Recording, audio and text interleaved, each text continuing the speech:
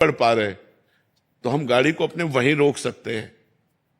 परमार्थ का मार्ग ऐसे चला जाता है कि अगर हम आगे नहीं बढ़ पा रहे हैं, हम 6 महीना नहीं बढ़ पा रहे हैं, तो हम 6 महीना वहीं खड़े हैं जहां हम हैं, पीछे नहीं। अगर पीछे गए तो गाड़ी भी बर्बाद हो जाएगी और हमारा सारा का सारा प्रयत्न निष्फल चला जाएगा। क्योंकि जब हम भगवान के मार्ग में चलते हैं तो काम, क्रोध, लोभ, मोह, मद, मत्सर ये अपनी पूरी ताकत लगाते हैं हमको पीछे घसीटने के लिए, और हम बढ़ना आगे चले जाए। ऐसे सुविधाएं नहीं मिलेंगी, लेकिन जब भजन के लिए आप चलोगे तो भोग की हर सुविधा आपको मिल जाएगी, भ्रष्ट होने के लिए हर चांस मिल जाएंगे, माया वो सब कर देगी। नहीं भोगना, मुझे भगवान चाहिए, ब्रेक मारो। मुझे गलत आचरण नहीं करना, मर सकता हूं, गलत आचरण नहीं कर सकता, मैं गलत मार्ग में नहीं जा सकता, भले खड़ा रहूं यहीं। अगले जन्म में हमें रास्ता मिलेगा तो चलूंगा, पर मैं पीछे नहीं हटूंगा। इसमें ऐसे चला जाता है। जैसे हम बचपन से इस मार्ग में है ना, तो माया के प्रभाव को देखा है, भक्ति के प्रभाव को देखा है, भगवान के दुलार को देखा है, तभी तो इस मार्ग में आगे बढ़ पाए।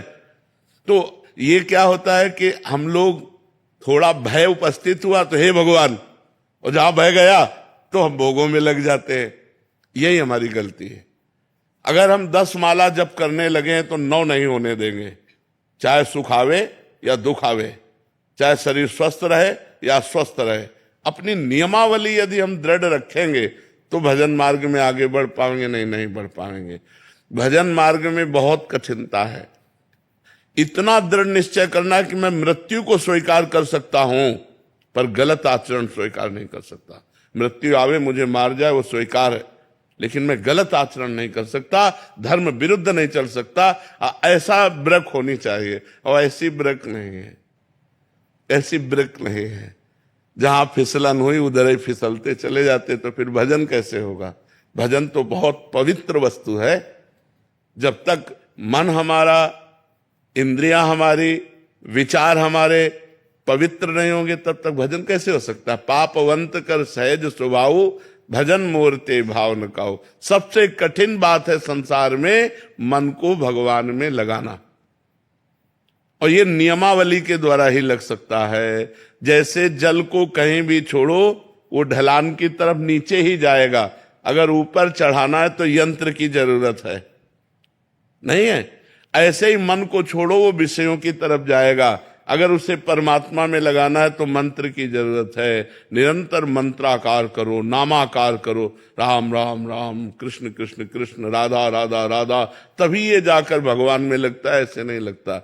और जब भगवान में लग गया फिर महान आनंद, जिसके प्राप्त करने के बाद कुछ प्राप्त करना बाकी नहीं रहता, जिसके जान लेने के बाद कुछ जानना बाकी नहीं रहता, वो भगवान है। हर समय अपार आनंद हृदय में रहता है, न कोई शोक, न कोई चिंता, न कोई चाह, न कोई भय, आनंद ही आनंद। और हम आनंद ही प्राप्त करना चाहते हैं, लेकिन भोगों में कौन सा ऐसा भोग है जो हमें आनंदित कर दे? बताओ।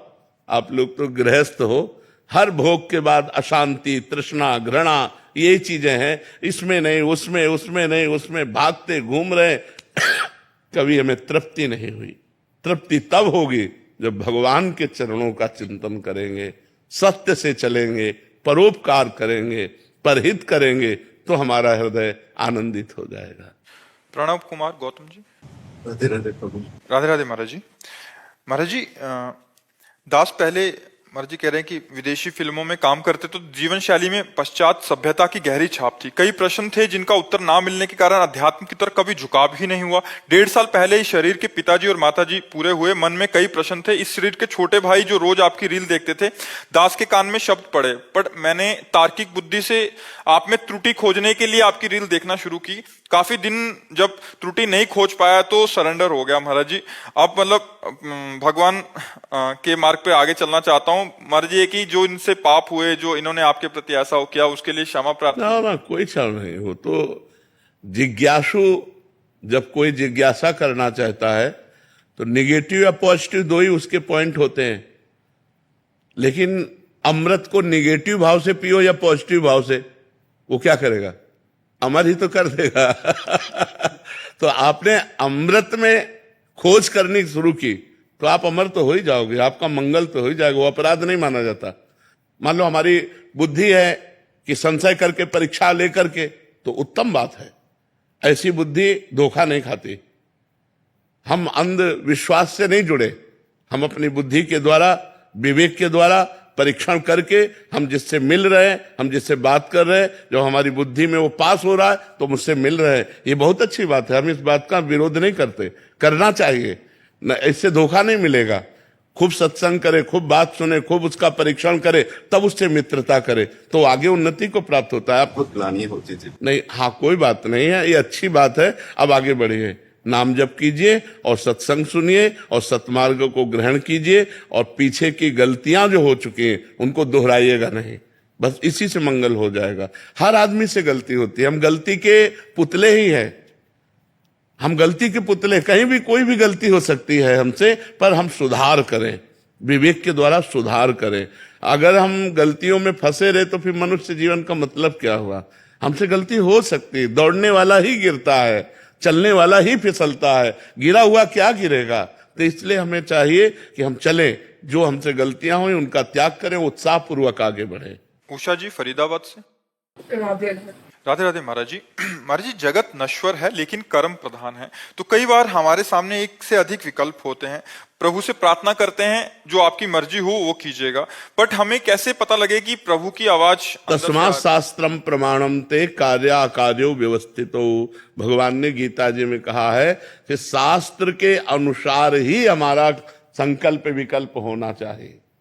ये क्रिया करनी है कि नहीं करनी, करनी है तो कैसे करनी है, नहीं करनी तो क्यों नहीं करनी, इसमें शास्त्र है। अब शास्त्रों में पहुंच रही है तो संतों से पूछो, संतों की बात मानो, और अगर किसी की भी बात ना माननी हो तो आपके हृदय में परमात्मा बैठा वो बता रहा है, पर आप सुनो तो उसकी बात। कोई भी कार्य आप गलत करने चलेंगे तो आपके अंदर आएगा गलत है, आएगा आपके अंदर, एक बार संकेत आएगा गलत है। सही करने चलोगे तो अंदर उत्साह और शीतलता आएगी, सही है, सही है। तो उस बात को हम समझ नहीं पाते, तो हमें लगता है प्रगट में सत्संग सुनना चाहिए, शास्त्रों का स्वाध्याय करना चाहिए, जिससे हमारी बुद्धि को ये ज्ञान तो हो कि मुझे क्या करना चाहिए, क्या नहीं करना चाहिए, और जो करना चाहिए वो कैसे करना चाहिए, जो नहीं करना चाहिए वो क्यों नहीं करना चाहिए। ये सब शास्त्रज्ञ महापुरुषों से या शास्त्र के द्वारा हमें ज्ञान होगा, ये हमको ऐसे संसारिकता में तो ज्ञान होगा नहीं। इसीलिए शास्त्र स्वाध्याय की आज्ञा है कि रोज शास्त्रों का स्वाध्याय करना चाहिए, रोज सत्संग सुनना चाहिए, रोज सत्कर्म करने चाहिए, जिससे हमारी बुद्धि पवित्र हो, हमारी आत्मा की आवाज को सुन सके। हमारे अंदर दो आवाजें आती है, एक मन की आवाज और एक आत्मा की आवाज। मन की आवाज को कंट्रोल करें आत्मा की आवाज से। अगर आत्मा की आवाज मानेंगे तो मन को शासन में ले सकते हैं, अगर मन की आवाज मानेंगे तो आत्मा की आवाज सुनी नहीं पाएंगे, वो गंदगी में ढकेल देगा। मन का काम है गंदगी में ढकेल देना। मनीषा शर्मा जी। राधे राधे राधे महाराज जी। गुरुदेव भगवान, जब हम आपका सत्संग और एकांतिक वार्तालाप सुनते हैं, जो आप बोलते हैं कि भक्ति निस्वार्थ करनी चाहिए, परंतु हम आपकी बातों को कुछ दिन ही फॉलो कर पाते हैं, फिर समाज और अपने आसपास के लोग व सगे संबंधियों को देखकर आसक्ति का भाव, जिसे कामनाएं आ जाती हैं। और गुरुदेव भगवान, आप कहते हैं कि निस्वार्थ भक्ति से ही भगवत प्राप्ति हो सकती है, कामना से नहीं। हम अपने आसक्ति भाव या कामनाओं को कैसे स्वार्थ से ही सही। देखो, कांटे से कांटा निकलता है। अगर हमारा स्वार्थ ही है तो हम और बढ़िया स्वार्थ कर लें। हम अपने सगे संबंधियों में अपने भगवान को देखने की चेष्टा क्यों न करें। मेरे पिता के रूप में भगवान है, मेरे माँ के रूप में भगवान है, मेरी बहन के रूप में भगवान, मेरे पुत्र के रूप में भगवान, ऐसा हम क्यों ना देख लें? बोलो। मैं कोशिश करती हूँ, लेकिन फिर भी मतलब बहुत देर बाद बात ये याद आती है मुझे, मतलब शुरू में एकदम से नहीं आ पाती है। हाँ, तो इसका हम बार बार अभ्यास करें, बार बार अभ्यास करें तो सीधे अभ्यास में, और ये इतना बढ़िया सूत्र है कि भगवत प्राप्ति करा देगा। कोशिश करती हूँ मैं, मतलब आ तो जाता है लेकिन एकदम से नहीं आ पाता। हाँ, और अभ्यास कीजिए, अभ्यास कीजिए। पहले ये भी नहीं था, आज ये आया है तो कल ऐसे भी अभ्यास आ जाएगी कि एकदम से हमें स्मृति आ जाएगी कि इसमें भगवान है, ऐसा भाव आ जाएगा। अभ्यास कीजिए और नाम जप कीजिए। नाम जप से जितना हृदय पवित्र होगा उतने हमारी दृष्टि बदलती चली जाएगी। कन्हैया दास जी अयोध्या से। राधे राधे महाराज जी। महाराज जी, सचिव वैद गुरु तीन जो प्रिय बोलहि भय आस, राज धर्म तन तीन कर होई वेग ही नास। महाराज जी, खासकर गुरु जी पर महाराज जी इसमें क्या कहा गया है महाराज जी? बात इसमें गोस्वामी तुलसीदास जी कह रहे हैं, सचिव और वैद्य और गुरुदेव, इन तीन पर बात कर रहे हैं। अगर मंत्री मुंह चुपरा हुआ तो राजा का नाश हो जाएगा। सचिव वैद्य गुरु तीन जो प्रिय बोले भयास, भयभीत होकर राजा से या आशा अपनी पूर्ति कराने के लिए। यदि मंत्री राजा के अनुकूल बात करेगा तो राजा का नाश हो जाएगा। नीति, राजनीति के अनुकूल उसे बात करनी चाहिए, राजा के अनुकूल नहीं, राजनीति के अनुकूल। जो राजा की मुंह चुपरी करता है उस राजा का नाश हो जाता है। दूसरा है वैद्य। वैद्य अगर मरीज के अनुकूल बोलेगा, मरीज कहता मुझे दही पाना है, मुझे ये पाना है, मुझे नहीं, परहेज ये तुम्हें नहीं पाना है, ये दवा पानी है, मरीज के अनुकूल नहीं, मर्ज के हिसाब से हो, जो मरीज के शरीर में मर्ज है उसके हिसाब से वो दवा दे और परहेज बतावे। मरीज के अनुकूल चलेगा तो रोग बढ़ जाएगा और मरीज का नाश हो जाएगा। ऐसे शिष्य सद्गुरु शास्त्र सिद्धांत के अनुसार शिष्य का शासन करे, शिष्य की अनुकूलता कभी पोषण न करे। अगर अनुकूलता को पोषण करेगा तो शिष्य का नाश हो जाएगा। मान लो आप सेवा कर रहे हो तो आपका बड़ा दुलार प्यार नहीं। जो सच्चे सद्गुरु होते हैं वो अपने सेवक पर तिरछी दृष्टि रखते हैं, कभी मुस्कुराहट नहीं मिलती, कभी करुणा दृष्टि अंदर से मिलेगी, बाहर से नहीं। तो वो हर समय अहंकार रहित होकर दैन्य भाव से ऐसी ऊंचाई पर चढ़ जाता है जो विश्व का मंगल करने की सामर्थ्य रखता है। मद भक्ति युक्तो भुवनम पुनाद, लोक के लोक को पावन कर सकता है। इसलिए सच्चे सद्गुरु कभी अपने शिष्य को बाह्य अनुकूलता नहीं देखते, सदैव उसे शास्त्र सिद्धांत के अनुसार कसते चले जाते हैं। और 99 सद्गुण होने पर और 1 दुर्गुण होने पर वो भारी दंड देते हैं, 1 दुर्गुण सामने करके 99 सद्गुणों को पीछे करके। इसीलिए अगर मंत्री राजा के अनुकूल बोलेगा तो राज्य का नाश हो जाएगा। वैद्य अगर मरीज के अनुकूल बोलेगा तो मर्ज बढ़ जाएगा और मरीज का नाश हो जाएगा। अगर गुरु शिष्य के अनुकूल हो गया तो गड़बड़ हो जाएगा। महाराज जी, हमको देखने में लगता है कि जितने आश्रम है उसमें मतलब कितने गुरु जी होते हैं। हमें लगता है कि हम ऐसा दोष दर्शन ना करें। वैष्णव होकर यदि हम ऐसा दोष दर्शन करेंगे तो हमारा पतन हो जाएगा। हमें सिर्फ अपने और अपने गुरुदेव से मतलब रखना है। सिद्धांत अपने लिए है, हम समाज में उसका परीक्षण न करें, नहीं तो दोष दर्शन हो जाएगा। हम अपने और अपने गुरुदेव के संबंध में बातचीत करें तो ज्यादा अच्छा रहेगा। ठीक है? अगर हम इस तरह का दर्शन करेंगे जैसा आप उच्चारण किए तो आपका मार्ग अवरुद्ध हो जाएगा, क्योंकि संत अपराध बन जाएगा, वैष्णव अपराध बन जाएगा। जी। जागृति पांडे जी। राधा वल्लभ श्री हरिवंश महाराज जी। गुरु जी, कभी कभी हम अपने वाणी से किसी को दुख पहुंचाते हैं, तो क्या माफी मांगने मात्र से गलती क्षमा हो जाती है या हमारा प्रारब्ध बन जाता है नया? अगर हमें हृदय से जलन हुई, हृदय से पश्चाताप हुआ कि हमने गलत बोल दिया और उससे वाणी के द्वारा अपराध जो बना था, हम वाणी के द्वारा ही उसका विमोचन करें कि मेरे से गलती हो गई, आप क्षमा कर दीजिए। और हृदय से जलन होनी चाहिए। केवल वाक चातुरी से भी क्षमा मांगा जा सकता है कि यार से, वो नहीं, हृदय में पश्चाताप हो और वाणी के द्वारा क्षमा मांग लिया जाए तो वाणी का अपराध क्षमा हो जाता है। गुरुजी, क्षमा जब मांगने के पश्चात बार बार वो मन में आता है कि ये गलती हम कैसे कर दिए, या ये इतना छूट मन को क्यों देती हो? नाम जप करो। इतना समय क्यों मन को देती हो कि बार बार इन्हीं बातों पे जाए? राधा राधा राधा राधा, हमसे गलती हो गई, हमने क्षमा मांग लिया, हृदय में पश्चाताप हुआ, अब राधा राधा। हम वर्तमान के समय को भूत की बीती हुई बात में क्यों नष्ट करें? वर्तमान को हम उज्जवल भविष्य के लिए तैयार करें। हम राधा राधा नाम जप करें, भगवत चिंतन करें, कि उसी में चिंतन में लगे रहें। यही तो हम लोगों की कमजोरी है कि हम हर बात में फंसे रहते हैं। अरे उसे काटना सीखो, 1 मिनट में काटा, आगे बढ़े।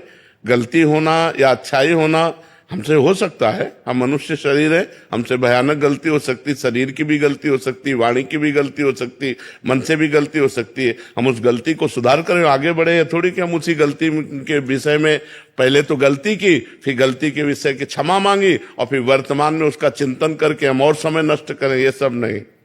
तुरंत उसे काटो, हटाओ, राधा राधा राधा, फिर आगे बढ़ो। अपने भविष्य को उज्जवल बनाना है। हमारे पास समय बहुत कम है, मनुष्य जीवन बहुत कम समय का, पता नहीं कौन सी घटना में कब शरीर छूट जाए। तो हम इन्हीं बातों को लेकर के जाएंगे क्या?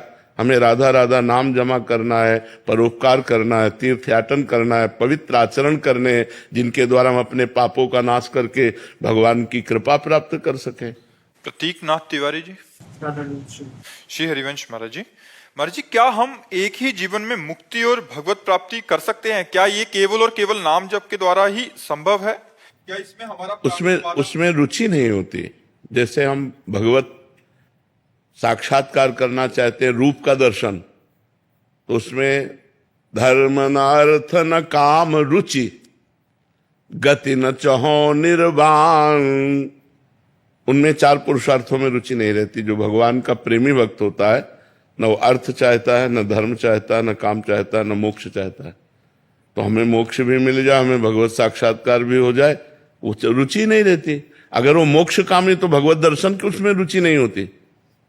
वो अपने आत्मस्वरूप का चिंतन करके मोक्ष को प्राप्त हो जाता है। अलग अलग मार्ग है। तो ऐसा कैसे हो सकता है कि जो मोक्ष कामी है वही भगवत कामी दर्शन करने वाला बन जाए? अगर वो चाहे तो हो जाए, पर रुचि नहीं रहती तभी तो मोक्ष होता है। जब भगवान की भी रुचि नहीं रहती तब मोक्ष होता है। महाराज जी, शायद इनको मुक्ति और भगवत प्राप्ति का अर्थ मालूम नहीं है। ये इनका मान लीजिए महाराज जी कह रहे हैं कि भगवत प्राप्ति कर सकते हैं क्या एक ही जन्म में, केवल और केवल नाम जप के द्वारा ही संभव है? क्या इसमें हमारा प्रारब्ध बाधा अथवा सहायक होता है क्या? प्रारब्ध बाधा भजन में नहीं। भजन में प्रारब्ध सहायक या बाधा का इसका कोई अस्तित्व नहीं होता, नहीं तो भगवत प्राप्ति ही ना हो। प्रारब्ध के अधीन भगवत प्राप्ति थोड़ी है, पुरुषार्थ के अधीन भगवत प्राप्ति। मारी तो डालेगा, तो आज मार डाल, राधा, खत्म खेल, अब पहुंच गए। हमें थोड़ी रोक सकता है। शरीर को तो प्रारब्ध शरीर पर आता है। राधा राधा राधा, जैसे घायल सैनिक अपने लक्ष्य पर बढ़ता चला जाता है, ऐसे परमार्थ का सैनिक होता है। हाथ टूट जाए, पैर टूट जाए, शरीर बीमार हो जाए, संसार ठुकरा दे, सब पर राधा राधा राधा, वो आगे बढ़ता चला, वो सूरवीर होता है। ये सिंहों का मार्ग है, ये बलवानों का मार्ग है। सुनेरी मेरे निर्बल के बलराम, हमारा बल भगवान है, चीरते हुए माया के फन्नों को, और भगवान से जाके मिल जाता है। ऐसे थोड़ी है। प्रारब्ध के अधीन बैठे जुकाम बुखार हो गया, भजन कैसे करें, बड़ी समस्या, भजन कैसे? हर समस्या को रौंदना। भगवान का जो आश्रित होता है समस्याओं को कुछ नहीं गिनता, वो फांदता चला जाता है। पहले भजन करके तो देखो। महाराज जी, इस हिसाब से साधक बहुत साहसी, निडर उसका स्वभाव हो जाता है महाराज जी। हाँ, भजन करने वाला निडर साहसी। अब 13 वर्ष के थे, घर से भगे थे गंगा किनारे, कुत्ते नोच नोच करके लाश ऐसे खा रहे हैं, देख रहे हैं, और कोई साथी नहीं, कोई भोजन की व्यवस्था नहीं, कोई सर्दी गर्मी बरसात, सब कुछ सहना और भगवान के मार्ग में चले जाना। और 13 से लेकर आज 56 वर्ष, 55-56 वर्ष की आयु हो रही है। किसका सहारा, कौन साथी रहा है? भगवान ही एक साथी रहा है। क्या कष्टों के तो ऐसे जाल बिछे रहे पूरी जिंदगी भर। जब भोगने लायक थे तब सुख सुविधा नहीं थी, जब सुख सुविधा आई तब भोगने लायक नहीं रहे। क्या हमारे लिए, क्या किस काम का? महाराज जी, संसार में तो जैसे बहुत सारे प्रश्न आते हैं, इतना ज्यादा भय है, ये हो, इसको कुछ हो गया, इसको कुछ हो गया, आगे क्या, इतनी चिंता। क्योंकि भगवान का आश्रय नहीं है ना। भगवान का आश्रय अगर है तो हम भय में नित्य प्रति बैठे हुए हैं, लेकिन हमें क्या भय है? अब किडनी फेल है, मरे बैठे हैं, लेकिन किसके बल से बोल रहे? भगवान के बल से बोल रहे। कोई भय नहीं, किसी बात का भय नहीं, सब आनंद पूर्वक चल रहा है, किसी बात का भय नहीं। भगवान सब व्यवस्था कर रहे हैं, सब चल रहा है। हमारे शरीर का, तुम्हारे शरीर का, सबका भरण पोषण चल रहा है, सब व्यवस्था चल रही। क्यों? भरोसो दृढ़ इन चरणन केरो। भगवान का भरोसा किसी व्यक्ति का थोड़ी भरोसा है। नहीं तो गृहस्थी में 4 लोग हैं, इसी में तो परेशान है। गृहस्थी में 4-6 लोग हैं और परेशान है। तो भगवान का भरोसा करो यार, वही सिखाने के लिए बैठे कि भगवान का भरोसा करो, सच्चाई से चलो। थोड़ा दुख भले सहने को मिलेगा, लेकिन आगे तुम आनंद में हो जाओगे। और अगर भगवान का भरोसा नहीं, बुराई से चलोगे तो थोड़ा सुख भले लगेगा, लेकिन आगे तुम संकट में फंस जाओगे, आगे समस्याओं में फंस जाओगे। प्रियंक पटेल जी। श्री सीताराम। सीताराम महाराज जी, सादर दंडवत प्रणाम। महाराज जी, रामचरितमानस जी में महादेव जी कह रहे हैं कि उमा राम स्वभाव जही जाना, तेही भजन तजी भावना आना। महाराज जी, सियाराम जी का सरकार का कौन सा ऐसा स्वभाव है जिसे एक बार सुनकर तथा जानकर मनुष्य केवल भजन को ही पकड़ लेता है? जन अवगुण प्रभु मान न काओ, दीन बंधु अति मृदुल स्वभाव, जेहि अग बधेउ व्याध जिमि बाली, सोई सुकंठ पुनि कीन कुचाली, सपनेहु राम न तिन तन हेरी। भगवान का ऐसा स्वभाव कि अपने जन से यदि समुद्र के समान अपराध बन जाए तो मानते ही नहीं है।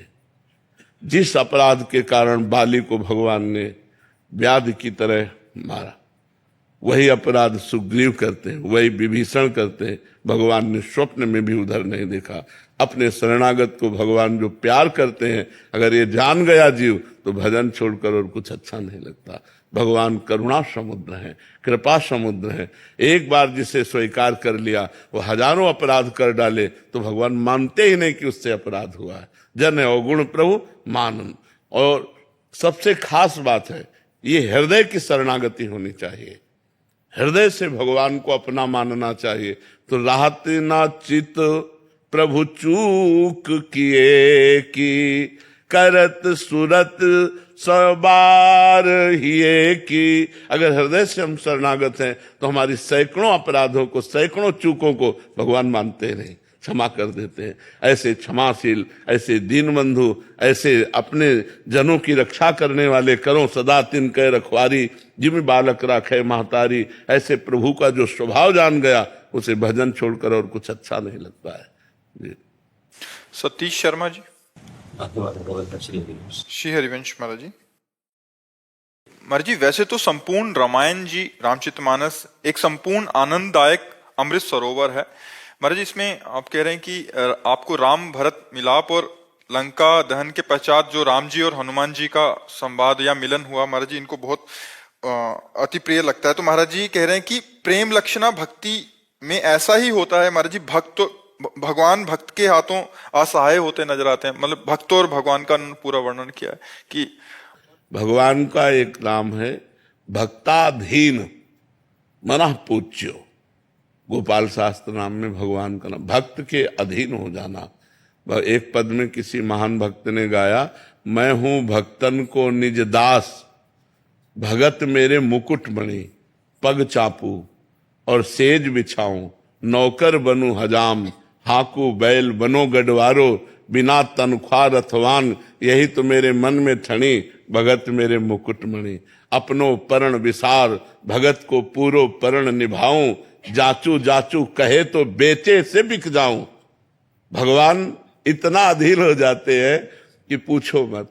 कह रहे हैं हनुमान जी महाराज से, प्रति उपकार करो का तोरा, सन्मुख हो ही न सका। अखिल कोटि ब्रह्मांडों के स्वामी कैसी बात कर रहे हैं। तो कह रहे हैं तुम संतात उरिन मैं नाही, करी विचार देखा मन माही, तुम संतात उरिन मैं नाही। यही भगवान की महत्ता है। और गुरु जी, ये सारी चीजें जो है भगवान की प्रेरणा से ही हुई थी। क्योंकि जब पूरा रामादल भगवान को ढोक देके जा रहा था वहां पे, तब सब ढोक देने के बाद जब पीछे से गए, तब हनुमान जी को पाछे पवन तने सुर नावा, जानी काज प्रभु निकट बुलावा, परसा शीस सरोरो पानी, कर मुद्रिका दीन जन जानी, बहु प्रकार सीते ही समझायो, कही बल बिरह बेगी तुम आयो, हनुमत जन्म सफल करी माना, चले हृदय धरी कृपा निधाना। मतलब हनुमान जी ने उसी समय जन्म सफल मान लिया, क्योंकि भगवान ने सेवा दी ना, भगवान ने सेवा दी उसकी। फिर उसके बावजूद भी भगवान की प्रेरणा से सब कुछ हुआ। उसके बावजूद भी यूं कह रहे कि सुन कपि तो ही समान उपकारी, नहीं को सुर नर मुनि तनुधारी, प्रति उपकार करो का तोरा, सन्मुख हो ही न सक। लेकिन हनुमान जी महाराज की बात देखो, वो क्या कह रहे हैं, शाखा मृग के बड़ी मनुष्याई। अब उनकी देखो, वो तो उनकी कितनी कृपा का वर्णन भगवान कर रहे हैं कि हनुमान जी आप, और हनुमान जी क्या कह रहे हैं कि नाथ मेरा कहीं कोई बल नहीं, तो प्रताप तो भगवान के यही दोनों को देखना है, भक्त भगवान की जय और भगवान भक्त की जय, सदैव एक दूसरे की जय में लगे रहते हैं। भगवान इतने भावविभल हो गए, अश्रुपूरित हो रहे, फिर बाहर फिर उनके जब चरणों में पड़ हाँ, अब ये जो आप जैसे आप ये है ना, अब ये एकांत में चिंतन किया करो, इसे कहते हैं लीला चिंतन। बैठ करके चुपचाप चिंतन करें तो आपको रोना आने लगेगा। हाँ, और ऐसा हृदय विकल होने लगेगा कि इतने कृपाल भगवान, इतने दयालु भगवान। एकांत में चिंतन किया करो, खूब रामायण गाओ, जीवन धन्य भैया। मनुष्य जीवन की यही सार्थकता है कि भगवान की भक्ति आ जाए, भगवान का अखंड स्मरण चलने लगे। सब साधन कर यह फल सुंदर, प्रभुपद पंकज प्रीति निरंतर। अंतर रहित, घंटा भर हम भगवान में लगे और 23 घंटे संसार में लगे, ऐसा नहीं।